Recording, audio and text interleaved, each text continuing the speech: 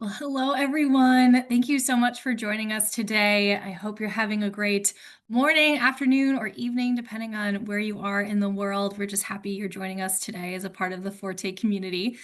For those of you I haven't had a chance to meet before, my name is Libby Davis, and I'm an MBA program manager here for the MBA programs team.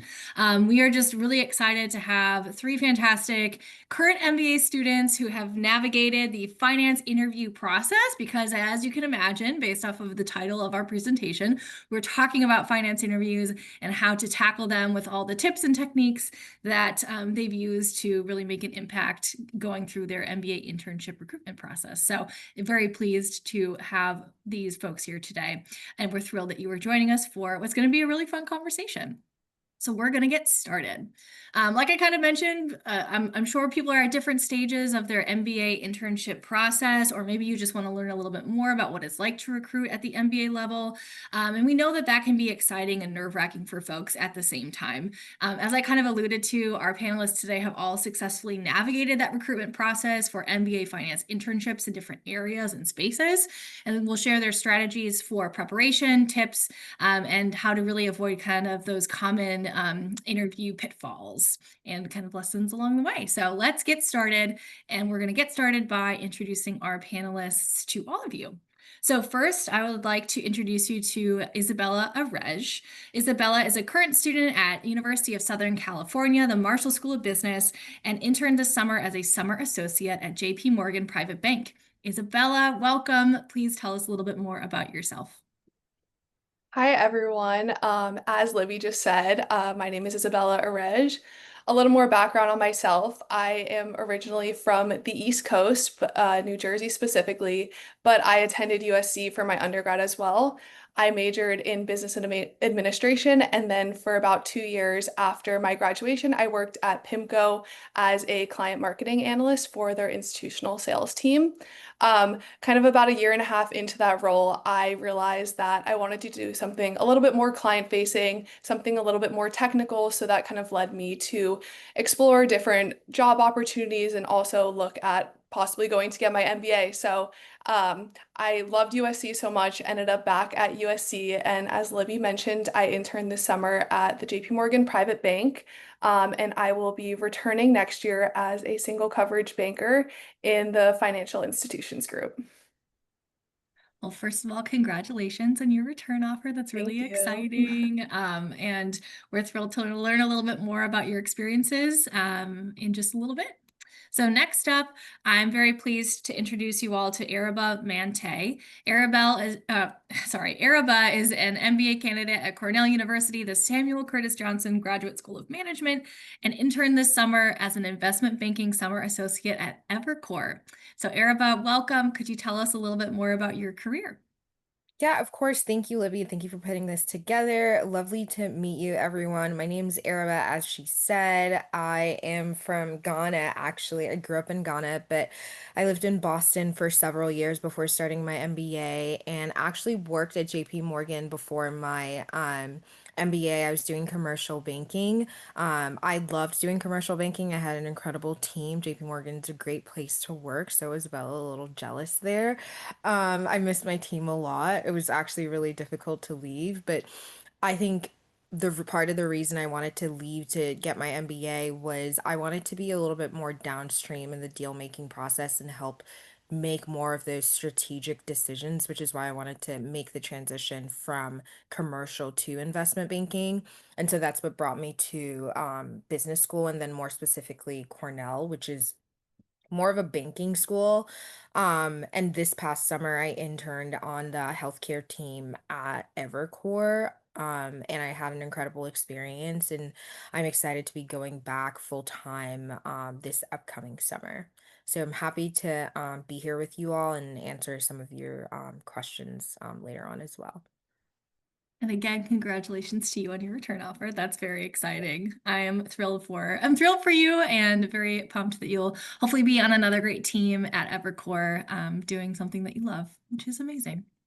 So last but certainly not least, I'm very thrilled to introduce you to Ria One. Ria is an MBA candidate at New York University's Stern School of Business and interned this summer as an MBA intern at IBM. Ria, thanks so much for being here again, and please tell us a little bit more about your career journey. Yeah, thanks, Livy. And it's great to be here to share about my journey. And I hope it could be helpful to others who are exploring the same path as me. So, about my background prior to my MBA, I work in investment banking. I actually worked for JP Morgan for 2 years, and then Citi, HSBC, and I specialized in debt capital markets and fixed income sales and trading. So it's a very niche direction. And the same reason I want to um, uh, transition the industry, transition the market from Asia market to the US market, and I want to change a function to see how corporate decisions are made. So I was very lucky to join IBM this summer. At IBM, I worked across M&A and corporate strategy to support IBM's AI, data, and cloud-related acquisitions. It's a very fun business, and I was very fortunate to receive a return offer. So I really look forward to gaining more experience and perspective from that side. Congratulations in order for you, Ria. Yay, Thank congrats on you. your return offer. That's wonderful. I'm thrilled that all three of you have found a great next step, and will be headed back to your companies for full time. I'm thrilled for all of you, and I know that that will be a great part to our conversation today as well. So with that, I'm going to stop sharing my screen and let's dive right into those panel questions that we were talking about. So our first question will be for Isabella. So Isabella, could you walk us through the typical timeline of the interview process for finance roles? At what time during the academic year does each step take place? So I think by that we're talking about like applications versus first round interviews versus like final round or super days. When do those typically take place, and how might this vary across different sectors within finance as well? Yeah, happy to answer this question. I want to start off by saying I think it's really dependent on the different finance roles, and I think your school as well. Being on the West Coast versus the East Coast could also make a big difference as well, but I'll just share my experience and my peers' experiences as well. Starting with investment banking, a lot of the pre-MBA opportunities open in around April time, but most banks open up their regular applications in about August, and those close in November. And I think that's pretty similar across like other finance roles like wealth management. I really only recruited for wealth management, so I'm a little bit more, I know a little bit more about that timeline. But for IB, I think there's 2 rounds of interviews. The first round is typically around this time in November, and then there's a super day that's typically with about 4 interviewers in December. So I would say that's probably the earliest timeline of them all. And kind of shifting over to wealth management, I'll talk more specifically about JP Morgan and Goldman Sachs, as those are probably the most popular wealth management roles, but same there. They open around August and close around November. Goldman closes a little bit earlier than JP Morgan. I think this year JP Morgan's closing December 31st, and I think the Goldman applications have already closed. They both have immediate hire view interviews. So if you're not familiar with that, that's like a virtual interview where you are flashed questions on a screen and you have to record your answers. That's typically 20 minutes of your time. And then if you pass that round, you'll make it to the super day round, which is a little bit less intense than the investment banking super days. They're usually about 2 to 3 interviews, 25, 30-minute interviews. Mine all happened virtually, but that was around December, end of December into January. But I would say typically like most offers in all of these finance roles come out before that February 1st. And I also want to say that that's really dependent on the cities that you're applying in. So for me, I applied to a bunch of different cities within the roles, and all of those interview processes were really independent of each other. I interviewed for one city in the beginning of December, and then at the same company interviewed at the end of January as well. So everything, unfortunately, is really dependent, but I would expect to hear about super days or in the next month or so. Yeah. Thank you, Isabella. That's really helpful. And I appreciate you even sharing that example of like it could also be city dependent, which is something I didn't even like immediately think about. And the fact, thank you for giving that example of interviewing for two different cities at two different, completely different times within the same company. I think that's a very helpful thing to mention. So our next question will be for Araba. Of all the resources you used in preparing for your finance interviews, which were the most impactful and why? How did you integrate these resources into your study routine? And were there any unexpected sources that you think kind of gave you a special extra edge?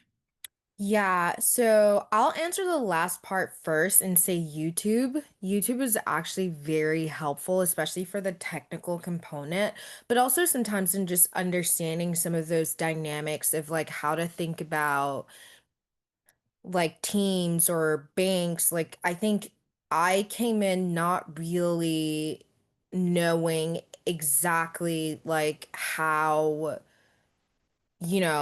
certain dynamics of like the investment industry, like investment banking industry work specifically as it came to like healthcare in specific, because that was like what I was recruiting for.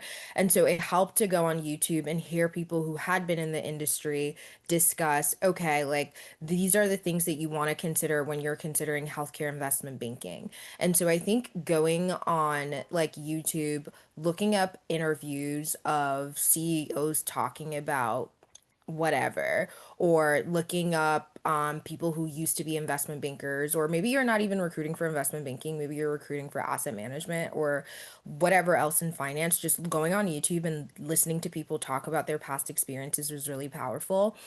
So that was something that actually really surprised me. I found a lot of information on YouTube. With that being said, something I found really powerful was the interviews that I was actually in, I used as a resource to help find information for myself. Because every time I was in an interview, I tried to use that as an opportunity to ask questions, to inform myself about the firm, or to learn more about, the platform that that was being offered. Um, and then another resource that I think was really important was like the basics, like 400 guide, which would just give you, like the basics. The red book also would give you the basics. I think a lot of times when it comes to investment banking recruiting, it can feel like resource overload.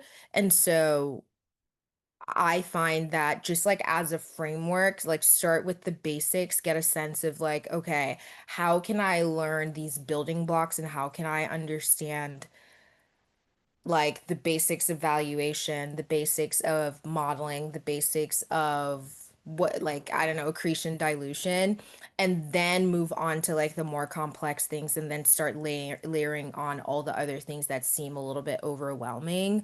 And I find that that generally was like a useful framework for me. I feel like I touched on every part of the question that you You asked. certainly did. And Okay. I actually have just kind of this is a quick, like off the cuff follow up just because I'm interested. So you mentioned like there can be so many resources when it comes to investment banking interviewing. I can imagine it might be a point where you're like, how do I even begin to like add all these different pieces into my schedule into my day? And did you have some sort of a strategy for how you split up your interview prep time? Were you doing like 20% on these basics and then kind of I'm just curious how did you actually put it Yeah. into practice? That's actually a really good question, because I did feel like it was resource overload because there's just so many resources. I was just like, where do I even start, or where do I pay attention to? So what I said about like starting with the basics ended up being really important. And it almost doesn't really matter which one you choose as like a basic like foundation, because the concepts are the same.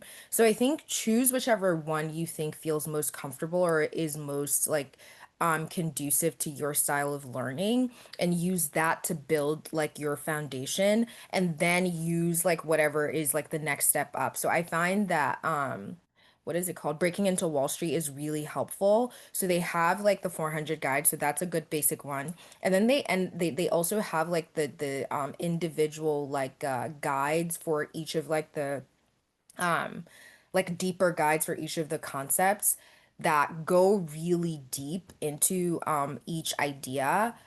Those ones are actually really helpful as well. So you don't need everything. You don't need to read every single book. Like I know everyone, well, a lot of people really swear by Rosenbaum and Pearl. I actually just did the audiobook, so that's also a cheat code, actually, another thing that I think helps. Like, so sometimes when I was like going on a walk or something, I would just listen to an audiobook instead of just like reading all the time. That's also something that was helpful. I'm gonna stop talking now, but yeah. Don't ever stop talking. That was great. Thank you, Araba. I know that's going to help a lot of people. So thank you for taking my follow-up question too. All right, next question, we're going to head back to Isabella. We would love to learn a little bit more about your networking strategy. So number one, what was it? And then what was your networking cadence? How did you kind of stay organized with that? Because I know that can also be a part of the interview process that can be a lot as well. And were there any specific tactics or touch points that you found particularly effective while you were going through your recruitment process? Yeah, this is definitely something that could be really overwhelming, especially if you're applying and coffee chatting with different industries or different companies. Like it could become a lot. So I think you'll hear about so many different ways of keeping yourself organized, and obviously I'll share my own. But for me, kind of just starting out with the networking, like I started pretty early on. I attended some of the Forte events over the summer before I even got to school, and I was also a part of the consortium, so I was able to see all these opportunities pretty early on and get familiar with people. But for me, I kind of started off by speaking with the recruiters of the companies that I was excited to talk to, and they gave me kind of like a background of how the process worked and gave me some advice. And they're kind of like an unbiased person to start talking to, and I found that extremely helpful. And they helped connect me to some people when I wanted to start coffee chatting, which was extremely helpful. And also at USC, we had people coming onto campus, like past alumni from these companies, and I was able to start coffee chatting with them as well.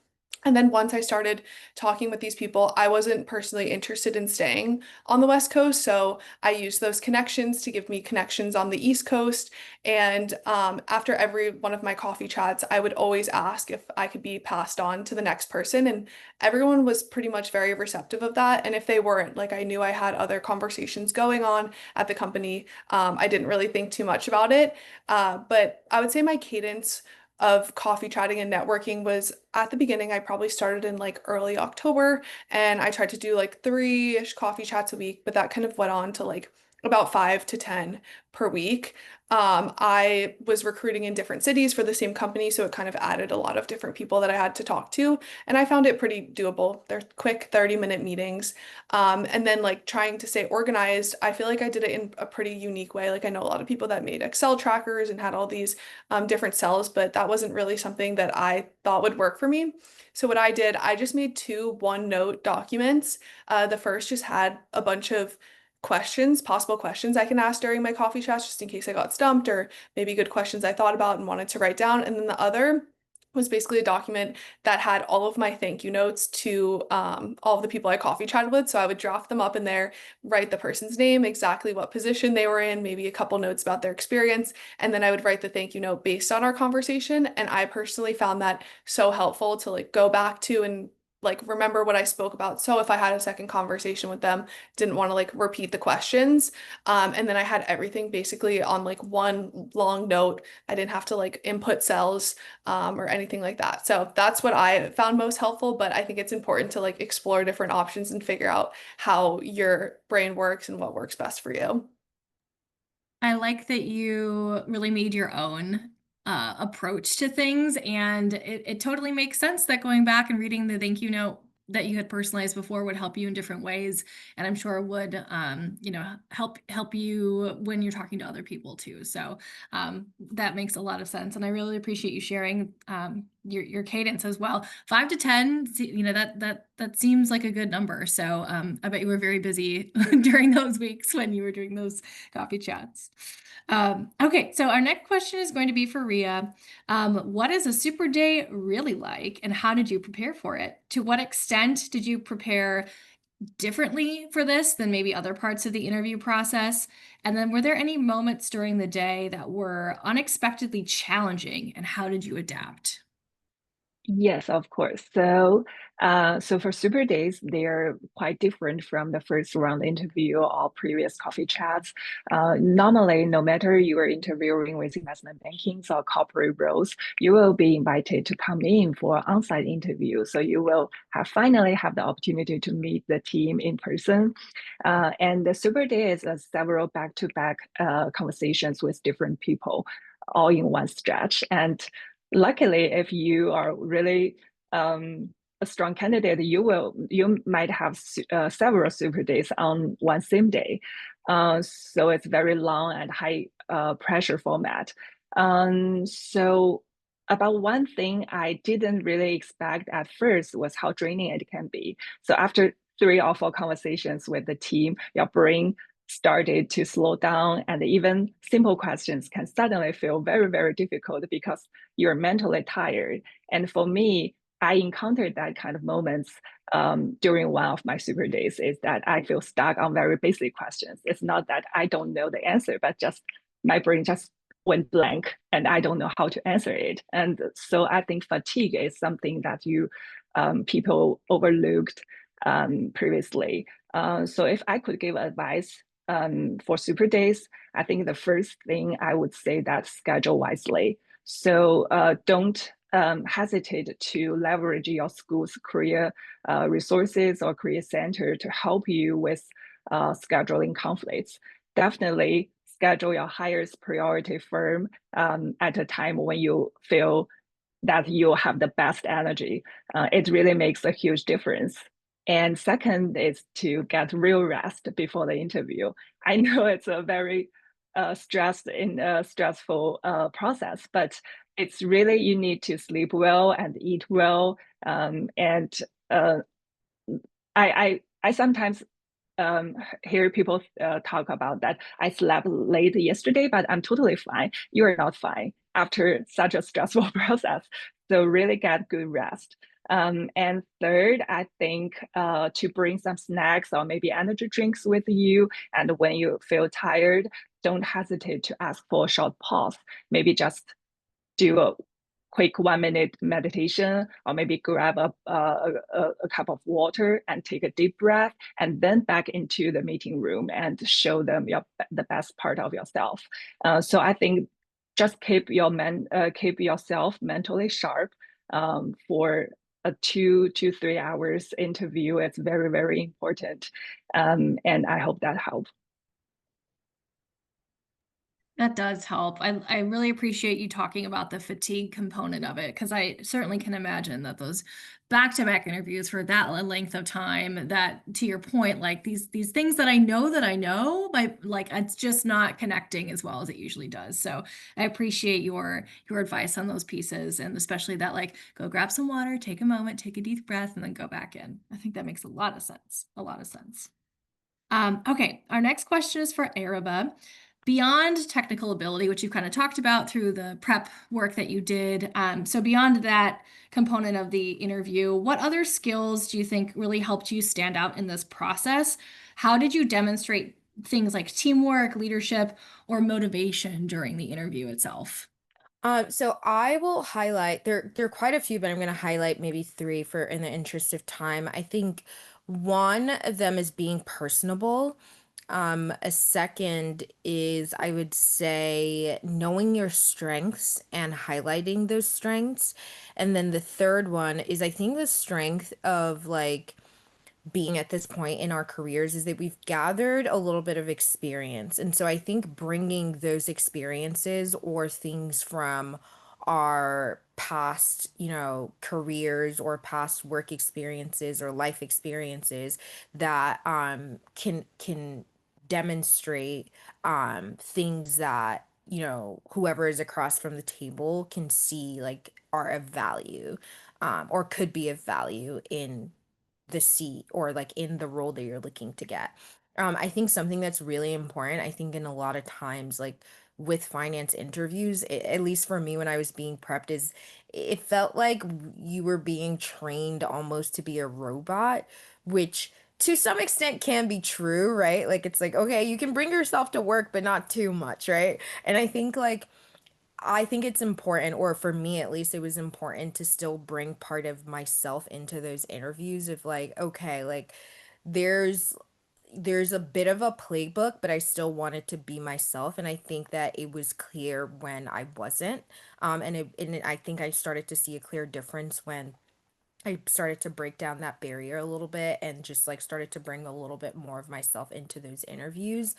And I think another thing is like knowing what my strengths were and trying to highlight that a lot more. Because when when when I, when I just started to rest a little bit more on things that came naturally to me, like I don't have to try as hard because those are things that are my natural ability. Like those are my natural abilities, and so I don't have to try as hard to do them really well. And so I made sure to rest on those while I tried to while I actually invested effort in things that were harder, that came harder for me. And so I think that that's something that like helps you stand out is like when things that come naturally to you, like people will be able to tell that, oh, you're really good at this thing.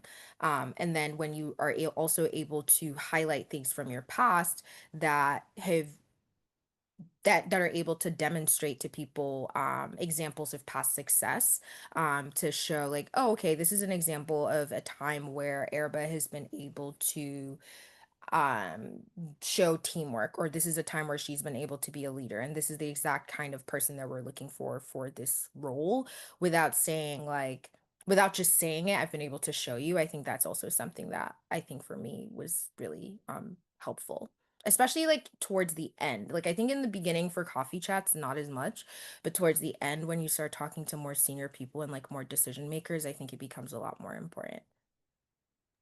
No, thank you so much for mentioning all of those things. I like your comment on like rest on the things that you know you do really well. So I appreciate you diving into that because we know that the interview process is, trying to learn a lot of different things about you. It's not just do you know how to do this technical component of this question. It's also the behavioral questions as well that they're going to be asking. Okay, so next question, we are going to head back to Ria. So, Ria, to what extent do interviewers ask about things like markets, deals, or industry trends?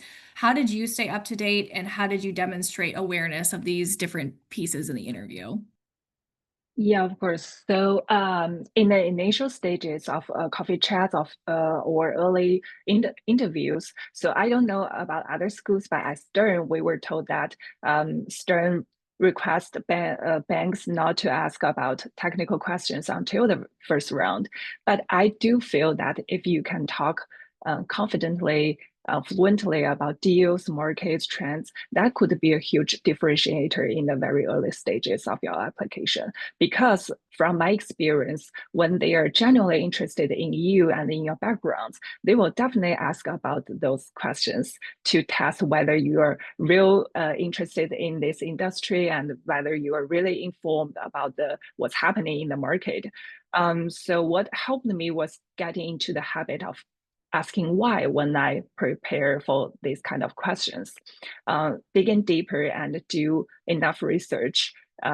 So for example, if I picked up a deal I want to talk about, I didn't stop at the headline. I read all the articles, all the resources I can find, and then ask myself why now, why this structure, why this valuation, and why did the market react like this, and also practice that with everyone you can find to practice with your classmates, your peers, even your family members, your friends, and encourage them to ask why, and encourage them to ask as detailed question as they can, so that you can get the chance to say what what you have overlooked or missed. And speaking deals, trends with actual detail is really a huge benefit when you are having this conversation, especially for IB interviews. When you're talking with the bankers, they could immediately tell that whether you really did research, whether you are really passionate about the sector you are referring to. And also one more recommendation would be that during interviews, when you are talking about those deals trends with bankers, don't do that as a one man show. be conversational, and you can definitely discuss with them about the details you don't understand and ask them about the questions you cannot find resources to support your assumptions.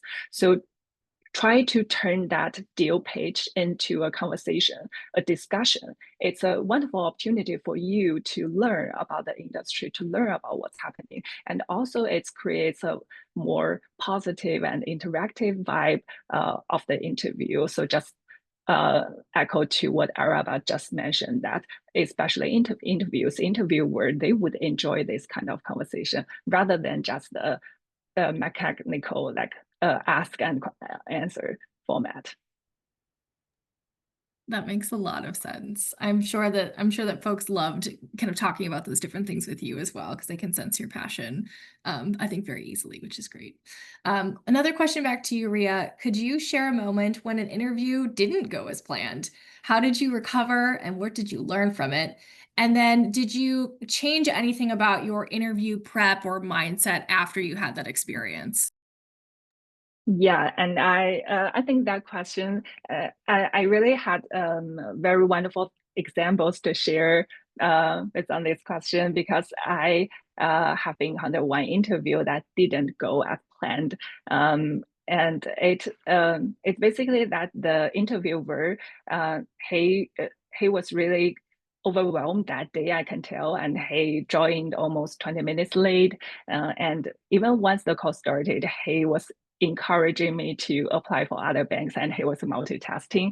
And of course, I felt that I was very, so I basically got panicked. I got very nervous. I forgot what to say, and my voice started shaking. And I think I have made a lot of assumptions at that moment because I was triggered. But what I learned afterwards is that, especially this semester, I took class at Stern called Difficult Conversations. That's very helpful class that I learned a technique about pause, reflect, and reframe. And this set of techniques can really help me navigate this kind of interviews. I hope that I have known these techniques before. So this technique is basically asking you to take a pause for like 8 to 10 seconds when you encounter this kind of situation. You have to be aware of yourself that, oh, I was triggered, I was nervous, I was anxious, but that should be totally fine. And then take a few seconds to reflect what's happening right now and what happened previously that contribute to this kind of situation. And then reframe means that put yourself in a different position. Don't make guess that, oh, maybe he doesn't like me because maybe he doesn't like my background, but turn that into curiosity. It's like, oh, why he behave like this? Is he very busy today? Is he had a bad day today? Or what's the motivation and what I can learn from him? Because you have booked 30 minutes with this person, and even this interview didn't go well as planned, but it's still a 30 minutes opportunity for you to learn from this person and learn about his experience, learn about the firm, and learn about his team. And just this shift of mindset should definitely help you to transition yourself from a panic situation to a more positive way to guide the conversation back to what you planned. So after that interview I mentioned before, I changed my prep to a way that, okay, I should show real curiosity rather than just telling about my stories. And even though the interview doesn't go as planned, I should have a backup plan, and I should have enough questions, really insightful questions prepared to turn this opportunity to then turn this interview to a learning opportunity. And this shift of mindset really helped me a lot when I'm navigating such kind of difficult conversations in my afterwards interviews. Thank you, Ria. I think that's so helpful. I love that framework. I might grab it from you because I think that's really helpful. But yeah, I think the way that you kind of adjusted your mindset was really, really insightful and a really a positive way to think about things. This person's 20 minutes late, but I have 10 minutes left with this person. Like, what can I learn from them? I think that's a great way to approach kind of those last minute changes. So thank you for sharing that example. I'm sure folks have been there before too. So my next question is for Araba. So we talked a lot about the interview process, about prepping for it, about what to do in the middle of it, what to do when things kind of maybe don't go the way that you had planned. So let's imagine that you have some offers coming in. So how do you evaluate which opportunity is the best fit?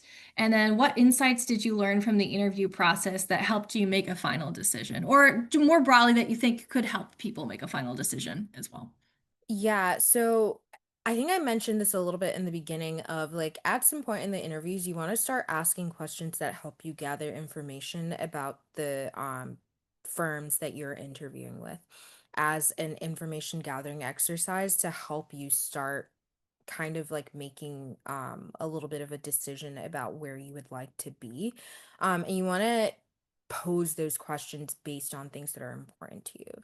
So at some point, at least for me, so in the beginning, I was like, okay, I really just want a job. But as you start tracking really well and you start gaining a little bit of leverage, you'll start saying, okay, like I have a little bit of a choice here. Let's start deciding, what's important to me. Is it prestige? Is it, the group that I'm going to be with? Is it whatever those things are to you? Like to me, some of those things like were like, okay, what kind of environments have I really thrived in the past, and how can I almost recreate that in my next opportunity? And so I tried to ask questions in my interviews to try to suss out like how I could like basically get a sense of like the environments that existed in the groups that I was interviewing with. And so when I got a sense of where would create like the most conducive environment for that, that's where I ended up going. Thankfully, I think I made like the actual right decision. So I think like it makes the right decision for me is not going to be the right decision for everyone else because everyone's almost optimizing for something completely different. So I think it's really important for you to decide what you're optimizing for, what's absolutely important to you, and what your non-negotiables are. And then throughout the interview process, ask questions that will help you gather information so that when it is time to make a decision, you have the information that you need to be able to make more of a decision. With that being said, another resource that I made use of when it came time to make a decision was I leaned on a lot of my second years who'd already gone through an internship. So they'd actually already like worked with the groups that I was interested in working in or had a little bit more information about the banks that I was interested in, who could say, okay, I actually know this person. I don't like this about them. Or I actually really like that this person advocated for me in this way. Or I know that what you really want is you really care about, I don't know, compensation. I know someone who, wasn't able to get a good comp package because I'm really good friends with the VP. So making use of my network to get a sense of like, okay, where are ways where I can get insider information almost on like the inner workings of these groups and like things that maybe you can't find out in an interview as well. And so I think making use of your networks that you are gaining access to while you're in your MBA, or also like throughout all these networking things that you're doing, like these Forte events that you're going to. So lean on the people that you're meeting at all these things, because those were also super valuable to me in helping make a final decision on where to go. And I do think that that was incredibly valuable. I genuinely don't think that I would have made the right decision otherwise. I appreciate that you mentioned utilizing all the folks that you have at your disposal, especially the second years. I feel like the second years are such a great resource. And to your point, like they have maybe gone through the same internship that you're interested in, and they would be able to tell you a lot of really great insights as you're making that decision. All right, team. I know I'm looking at the time. 5 more minutes. I think we're going to head right to our last question. So this last question is for Isabella. So in your experience, what are some common missteps that candidates make during the finance interview? And what practical advice would you give to help avoid them and make a stronger impression? Yeah, so I feel like my advice is going to be like a little bit more practical, less on the technical side, because I think it's important to hear. But I think the biggest thing when I'm talking to people who are going through the interview process right now is just not being confident in yourself and giving up. I think it could be really overwhelming and stressful when you're having these coffee chats and maybe someone doesn't answer your email and you followed up, or you feel like your coffee chat didn't go great. And I think it's really important to kind of just forget that that happened and remember what your goals are, what you want to do, and just don't stop coffee chatting, don't stop networking until you get that interview or until you get that offer, because I know it's a lot of hard work and it's a lot of commitment, but it's so worth it in the end. So I think just remembering what your goals are, what you want, and remembering that the job that you're meant to be in will most likely work out for you is really important. And then, as Araba was just saying, like leaning on your peers as well, the second year students or other first year students that are recruiting for the same thing. For me, I talked to some other people that were recruiting for wealth management about their interview process, if they got the hire view, what their hire view consisted of, and people were so willing to talk about it. So I think that's also really important. Like, don't just silo yourself and think of people as competition. Like, at the end of the day, it's out of everyone's control and it's the company's decision. So just make sure you're sharing with people what's going on with you and leaning on people and their experiences. And then I think the last thing I'll say there is when you're networking and coffee chatting, because that's most of the process in getting that interview, make sure you're being super curious and asking thoughtful questions. I think that a lot of people kind of ask the same questions and you assume that those are the good questions, but you need to remember that these people that you're talking to talk to so many people probably per day, per week, for months at a time. So being thoughtful, asking unique questions, and also listening intently to their answers to these questions and asking follow-up questions to those answers. That's a technique that I utilized a lot. And I think like not having a script and being a robot, which I know was talked about before, is super important. Like I think I got a lot of compliments on asking thoughtful questions. And I think it's just because I would wanted the person that I was talking to like dig deeper in their answer. And I was so interested in their experience and what they had to say, and they could feel that. And then like probably last thing to that as well is just be yourself. Araba just mentioned this too, like lean into yourself, lean into your strengths, and don't pretend to be someone you're not, because they can probably see right through that as well.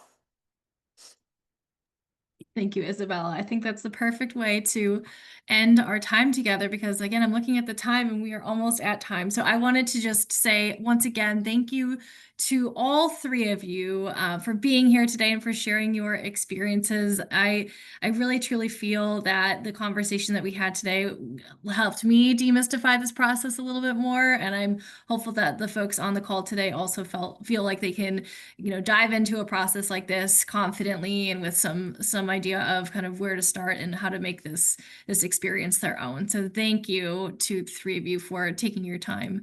We know you have a really busy schedule. And then just lastly, I want to thank all of our attendees for being here today. I really appreciate you taking the time to be a part of the Forte community. This is one of many sessions that we have throughout the year, and we'd love to see you back in spring of 2026 for more of these. We're done for the fall of 2025, but just know that there's lots of different ways to engage with Forte. We have a lot of different programs and workshops that are taking place throughout the academic year. So always keep an eye on our website because there's usually something fun happening sooner than you can think. So with that, I hope you all have a great rest of your day and we will see you really soon. Thanks, everyone.